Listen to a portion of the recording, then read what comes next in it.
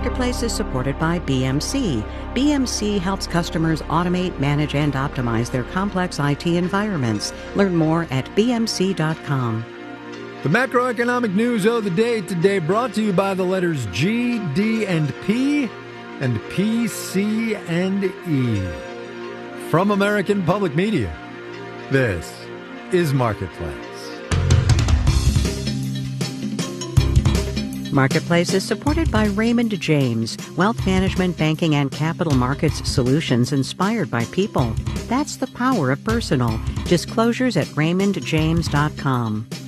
And by Amazon Business. With smart business buying, AI tools help to optimize user experience for purchases paired with delivery options built for business. Learn more at amazonbusiness.com. And by Revenued, providing working capital for businesses whose cash flow is holding them back. Revenued approves businesses based on revenue, not credit, with funds approved and available in a day. More at getrevenued.com. In Los Angeles, I'm Kai Ryssdal. Thursday today, 28 May. Good as always to have you along, everybody.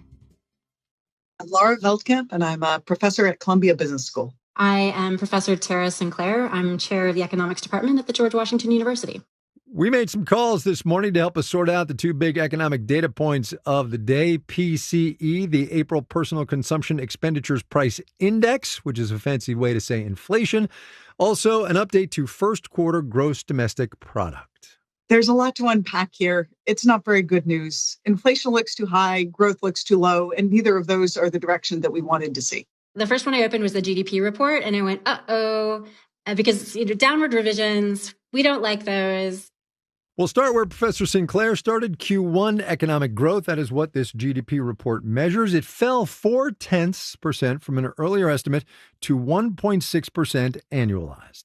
The next thing I did was scroll down and was like, okay, where did it come from? And seeing that it came from both the consumption and investment side, those two sides that really tell us what's going to be happening in future quarters, that was a big area of concern. This is a deer in the headlights moment for American businesses.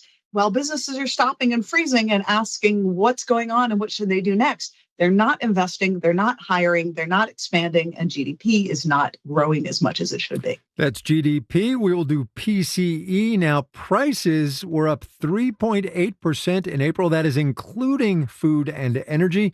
That marker is the highest it's been since May of 2023. Gasoline prices went up massively last month, and this gas price increase that we just saw is just beginning to filter through the prices of everything else in the economy. We also saw continued pressures on housing costs. And so combining these two things together suggests this is not just purely about what's been happening in Iran. This isn't simply about a short-term blip that we could look through. This is looking more concerning. Pay attention to that look-through thing that Professor Sinclair said. Looking through the energy shock is what the Federal Reserve has been doing, although there are some signs that tune might be changing at the central bank. Wall Street today, what do you know? Technology stocks leading the way. How about that? Details, numbers, when we get there.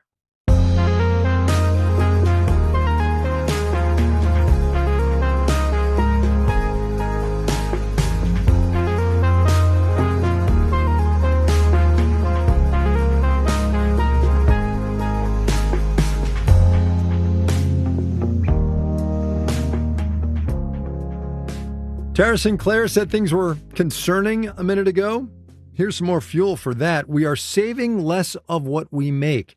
The personal savings rate last month was just 2.6%. That's the lowest it's been since the post-pandemic revenge spending spree of mid-2022. Daniel Ackerman has more on that. The answer to why Americans are keeping less of their paychecks was pretty obvious to everyone I spoke to today. Inflation still remains fairly strong. Gas prices, grocery prices continue to rise. This is really reflective of continued impacts of inflation. People are just not saving much at the end of the month. That was Ted Rossman of Bankrate, Matt Schultz of LendingTree, and Ryan Sweet of Oxford Economics. Sweet says the low savings rate makes it harder for households to weather a job loss or a costly car repair. The consumer is essentially, running out of that buffer. That safety net is starting to get depleted. And in many cases, that safety net is gone altogether, says Sweet, which means more household debt. We start to get concerned that consumers will turn to using credit cards, which we've already seen. And Sweet says that could cause people to fall behind on payments. But even as savings dwindle, consumers keep on spending, especially higher income ones. That's not always been the case, says Bankrate's Ted Rossman. Normally, when people are stressed about the economy, they pull back on things. They stop traveling, they stop going out to eat. Rossman says the fact that we haven't seen pullback on a wide scale could mean consumers think the current oil price spike won't last. We keep hearing, like from the president and others, that war is going to be over soon, gas prices are going to come back down. I do wonder if some people are pulling more of the short-term lever about like, okay, I'll dip into my savings for now, but it's a short-term adjustment they're willing to make. Still, the savings rate is less than half of what it was 2 years ago, which means the trend has been going on for a while now, says LendingTree's Matt Schultz. I think that struggle is driving more of this right now than confidence is. Schultz says the best thing consumers can do is to make the most of whatever savings they're able to pull together. By using something like an online high-yield savings account that is getting, around 4%. Compared to a traditional savings account from a mega bank, which Schultz says offers an interest rate closer to zero. I'm Daniel Ackerman for Marketplace.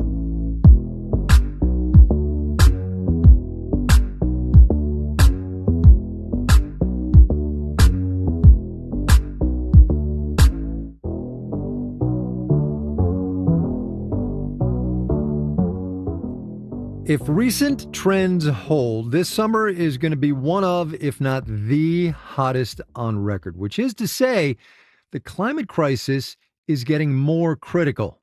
There are ideas big and small on what to do about that. And among the bigger ones, the biggest probably, is dimming the sun. The new season of our climate podcast, How We Survive, is all about some of those large-scale interventions. Here's Marketplace's Amy Scott. At an undisclosed location in the San Francisco Bay Area, I'm standing about 21 feet off the ground on the roof of 2 shipping containers stacked on top of each other. Just don't stand on the edge. Okay. We don't want anyone dangling. I'm with Luke Eisman and his business partner, Andrew Song. We're going to launch some balloons and send them into the stratosphere, filled with sulfur dioxide and hydrogen gas to get it up there. Eisman and Song co-founded the climate intervention startup Make Sunsets. They sell what they call cooling credits. For $1, you can pay them to release 1 gram of sulfur dioxide into the stratosphere, which they say is roughly enough to offset the warming caused by a ton of carbon dioxide. The goal of Make Sunsets is to cool Earth as quickly as we safely can. And they think that this type of solar geoengineering, known as stratospheric aerosol injection, is the way to do it. Eisman and Song get to work filling a weather balloon, one of those big latex ones meteorologists use to take atmospheric measurements, with hydrogen so it'll float up into the air, and sulfur dioxide, a pungent gas that's a byproduct of fossil fuel production. When the balloon pops and the sulfur dioxide is released into the upper atmosphere, it reacts with water vapor to form tiny particles that reflect sunlight away from the Earth and potentially cool the planet. I step over the gas tanks and stand precariously between Eisman and Song as they hand me the balloon. You're going to let go and just pull your hand back so that this doesn't touch your hand. So I'm just going to let it go? Go for it. All right, 1, 2, 3. We watch as the balloon floats up into the clouds and disappears as it makes its way some 60,000 feet into the stratosphere. It sounds crazy, and I'll be the first to agree that this should not be a private company doing this. But the only thing worse than a private company doing this is no one doing this at all.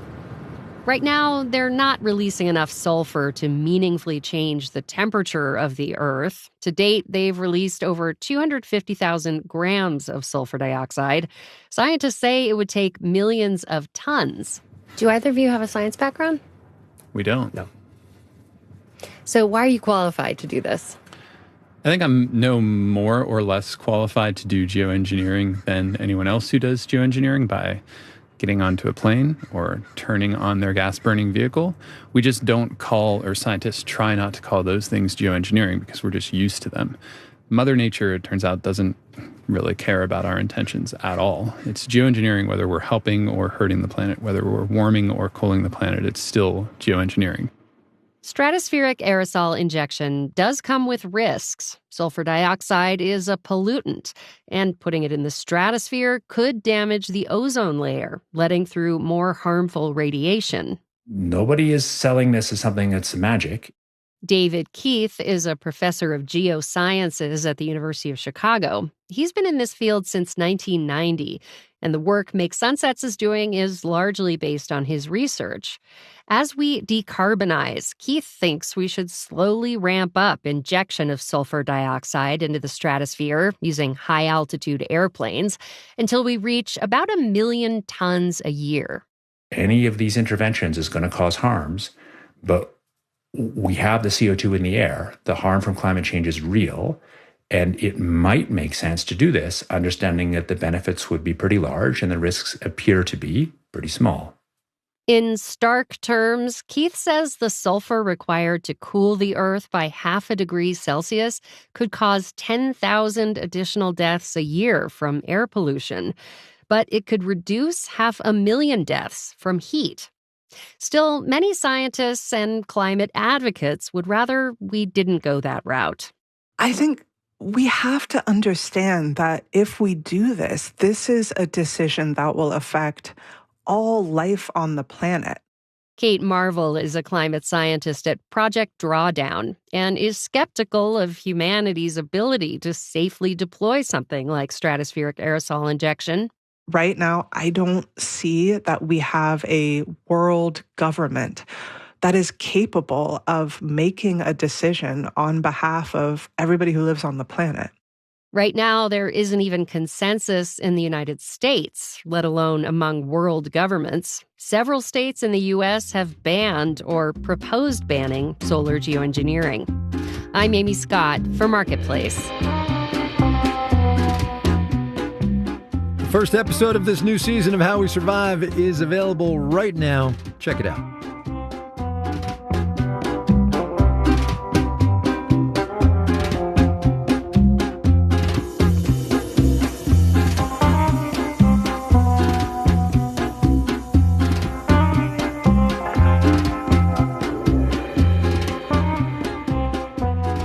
The market for commercial office space continued its slow but steady comeback the first 3 months of this year. Companies leased more space than they let go of for the third quarter in a row.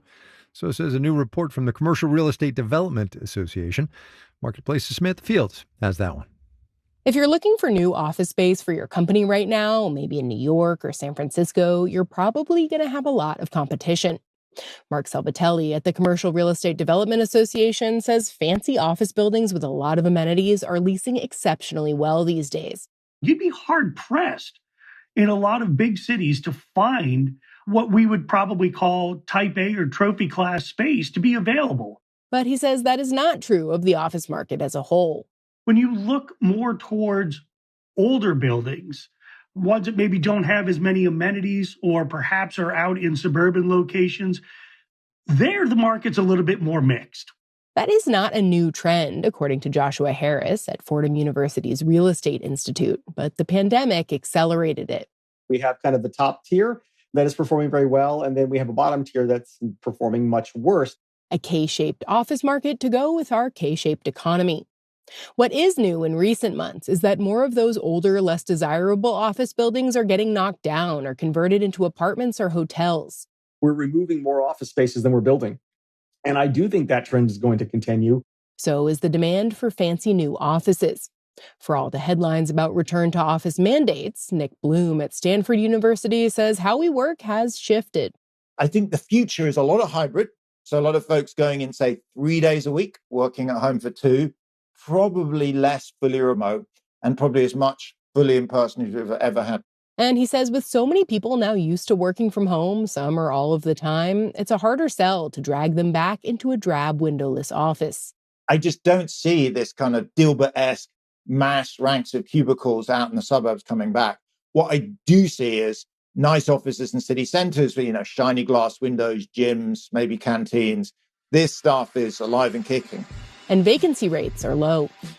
I'm Samantha Fields for Marketplace.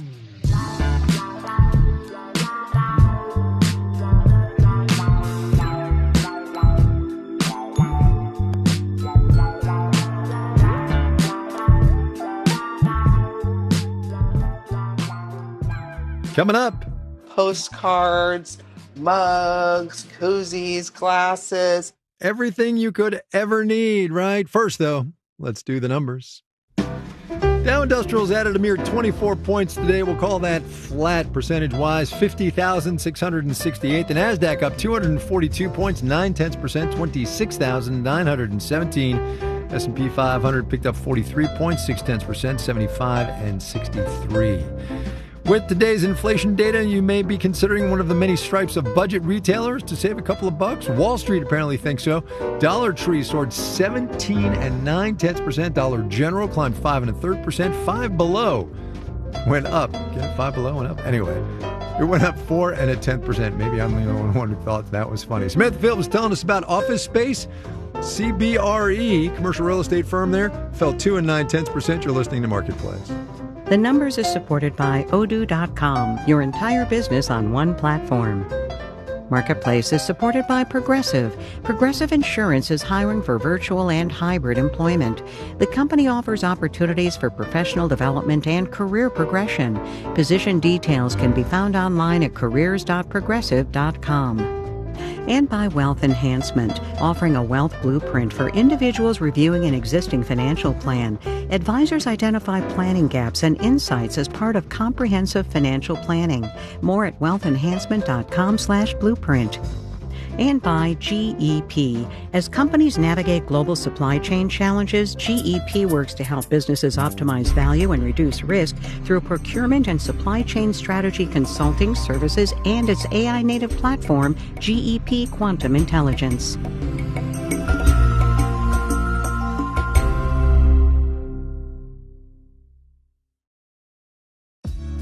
You're listening to your public radio station. This is 91.5 FM, WBEZ, Chicago. WBEZ is supported by Amazon. WBEZ is supported by Wings Program, providing housing, integrated services, and education to help end domestic violence. More information on how to support their efforts at wingsprogram.com/NPR. Thanks for joining us tonight here at WBEZ. Here's a look at our forecast. Scattered clouds and not as windy this evening. Then tomorrow, sunny and warmer. A high of 85, 70s near the lake, and 70s over the weekend. This is WBEZ. Powerful interests want to silence independent news, but your support ensures journalists keep asking the tough questions. Don't just consume the news, strengthen it. Power our city's story at wbez.org/donate. This is Marketplace. I'm Kai Rizdal. True story. I'm walking through my local Piggly Wiggly yesterday, and in the soda aisle, I spot a colorful can that says in big letters on the front, 10 grams of protein in a soda. No wonder then that late last month, the Department of Agriculture was warning of protein shortages. Ellen Cushing wrote about the protein industrial complex in The Atlantic the other day. Ellen, welcome to the program. It's good to have you on. I'm so happy to be here. Let me just say at the outset that I have a protein shake sitting on my desk waiting for me after I get out of this interview. And I guess my first question is, am I the problem? Honestly, maybe. There is... Sorry to be the bearer of bad news. I kind of knew it when I read your piece. Yeah. As my piece says, America is on the brink of a protein powder shortage, I should say. So demand is very high for protein powder, largely from people like you and from industrial food manufacturers who are stuffing protein into everything they possibly can right now. And supply is not able to keep up right now. So we're seeing prices go up, wholesale and retail, and it's going to be a little bit rough out there for you protein heads. It's not like I'm the only one. All right, let's back up for a minute. So we're talking mostly about whey protein, WHEY, which used to be this thing that farmers would just like throw away. Oh, yeah. Whey is a byproduct of cheese making, and farmers would like dump it in rivers and spray it onto their fields. There was a huge problem in places that do a lot of cheese production with like these horribly polluted rivers, and fish would die from whey pollution. It was a big problem. Nobody wanted whey. The biggest problem that farmers had with whey until quite recently was getting rid of it cheaply and safely and legally. And now the problem is that they do not have enough of it. So let's get to the industrial production side of this, because this was the amazing thing in this piece that popped out to me. And again, I apologize for all the damage that me and my protein friends are doing. You write in this piece that had somebody broken ground on a protein production plant, a whey protein production plant, when this protein maxing things first really caught on like 3-ish years ago, we would still not have supply coming from that plant. And oh, by the way, it would probably cost like $1 billion to build the thing. Yeah, this was the thing that was most interesting to me about reporting this story. I had kind of assumed the problem was the cows, that we didn't have enough cows. Right. That is not true. America is drowning in cows. The problem is the infrastructure. So whey processing is this tremendously complicated, hugely costly endeavor. You're taking 101-degree liquid from a living animal on a farm and turning it into this shelf-stable, highly potent powder. Building a whey processing plant is just not a quick thing for anyone to do. And so those plants are coming online, but it takes a really long time. You talked to a person in this piece who remembers the cottage cheese craze of some number of years ago. And you close with this kind of amazing line, right? Because cottage cheese has thankfully faded from the public memory. You say, our appetites change faster than the systems that satisfy them. I mean, protein maxing will eventually die out, but people are making these big investments. The cottage cheese analogy was really interesting to me because I remember that craze. Oh, yeah. With cottage cheese, the industry did not immediately pivot to cottage cheese production, which turned out to be pretty wise because, as you say, cottage cheese is not all that popular anymore. These trends happen. They happen online. They move at the speed of light. But moving real products in the real world takes way longer. Yeah. All right. I have to go finish my shake. That's all I'm saying. Okay. Ellen Cushing at the Atlantic. Ellen, thanks so much. Thank you.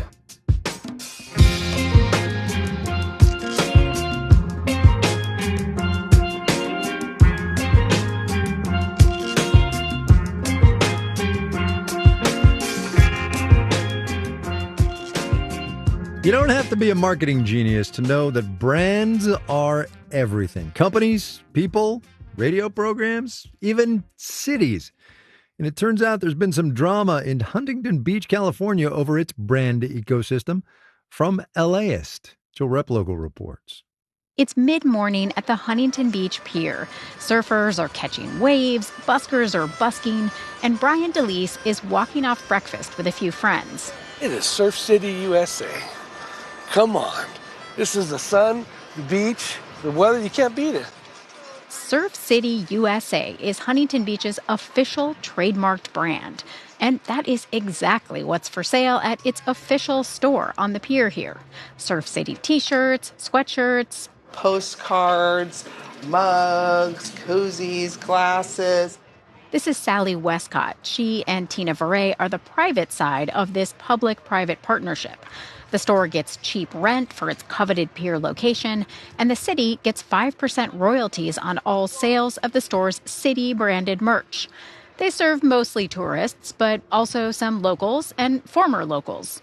We do get a lot of people that come in and they say, oh, I used to live here, but now I live in fill in the blank, and they want to rep their hometown. I've had it where they start crying and wish they could come back. And then I start crying at the register, and then we're all... Westcott and Varay say they felt a little under fire when a consultant hired by Huntington Beach questioned why the city wasn't doing more with its brand.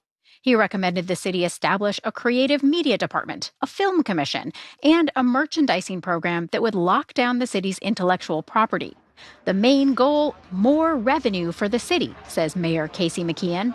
Like every city, we're facing, structural budget issues. There's not a lot of ideas out there how to fix it other than a sales tax increase or a hotel tax increase. Or building a lot more housing to increase the tax base, which McKeon does not want. He envisions digital vending machines around town where you could order city hats, T-shirts, and other swag.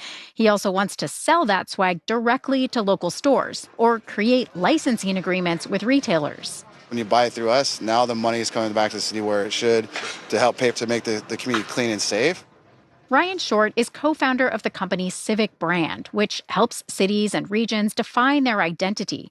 And yes, make money off of it, but he says that shouldn't be the primary goal. The way I think about it is it's more of a North Star. It's like a shared vision.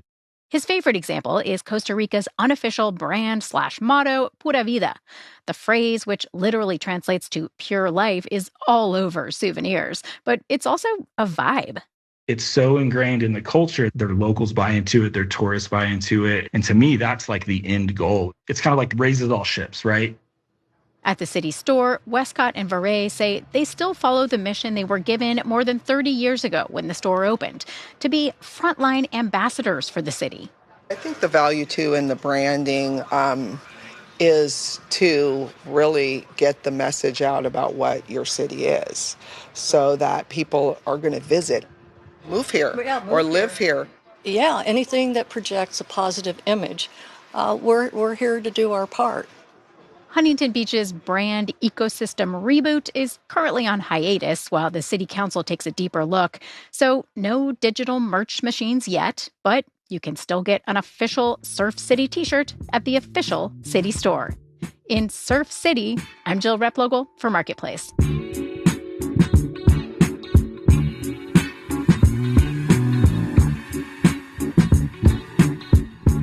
Marketplace is supported by The Economist, providing reporting and analysis on global politics, economics, science, and culture, covering international trends and emerging issues shaping the world today. More information at economist.com. And by Revenued, providing working capital for businesses whose cash flow is holding them back. Revenued approves businesses based on revenue, not credit, and funds can be approved and available in just one day. Visit getrevenued.com.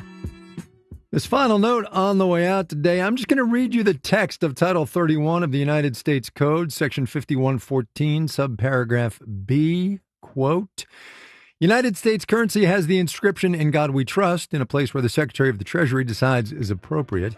Only the portrait of a deceased individual may appear on United States currency and securities. No reason. Just thought you'd like to know. Our daily production team includes Olivia Burdett, Andy Corbin, Maria Hollenhorst, Sarah Leeson, Sean McHenry, Michaela Sea, and Sophia Terenzio. Will Story is the supervising senior producer. And I'm Kai Risdall. We will see you tomorrow, everybody.